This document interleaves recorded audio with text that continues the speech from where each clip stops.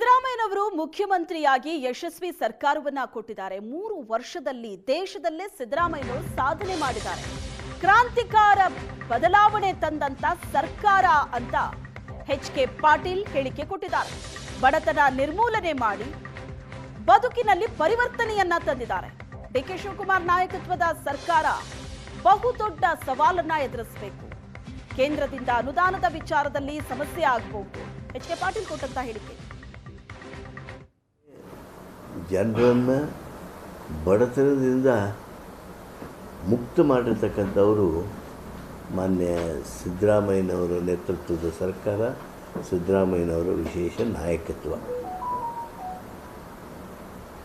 ಬಡತನ ನಿರ್ಮೂಲನೆ ಮಾಡೋದರ ಮೂಲಕ ಏನು ಬಡವರ ಬದುಕಿನಲ್ಲಿ ಪರಿವರ್ತನೆ ತಂದಿದ್ದಾರೆ,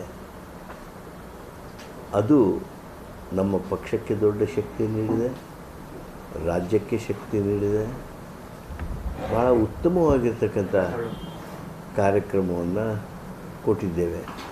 ಅಷ್ಟೇ ಹಲವಾರು ಅಭಿವೃದ್ಧಿ ಮಾಡ್ತಕ್ಕಂಥ, ಪ್ರಗತಿ ಮಾಡ್ತಕ್ಕಂಥ ಕೆಲಸಗಳನ್ನು ಮಾಡಿದ್ದಾರೆ. ಅಂಥ ಒಂದು ಕ್ರಾಂತಿಕಾರಕ ಬದಲಾವಣೆಯನ್ನು ತಂದಿರತಕ್ಕಂಥ ಸರ್ಕಾರ ಇವತ್ತು ಮತ್ತೆ ಮಾನ್ಯ ಶಿವಕುಮಾರ್ ಅವರ ನಾಯಕತ್ವದಲ್ಲಿ ಸರ್ಕಾರ ರಚನೆಯಾದಂಥ ಸಂದರ್ಭದಲ್ಲಿ ಬಹುದೊಡ್ಡ ಸವಾಲನ್ನು ಎದುರಿಸ್ತದೆ.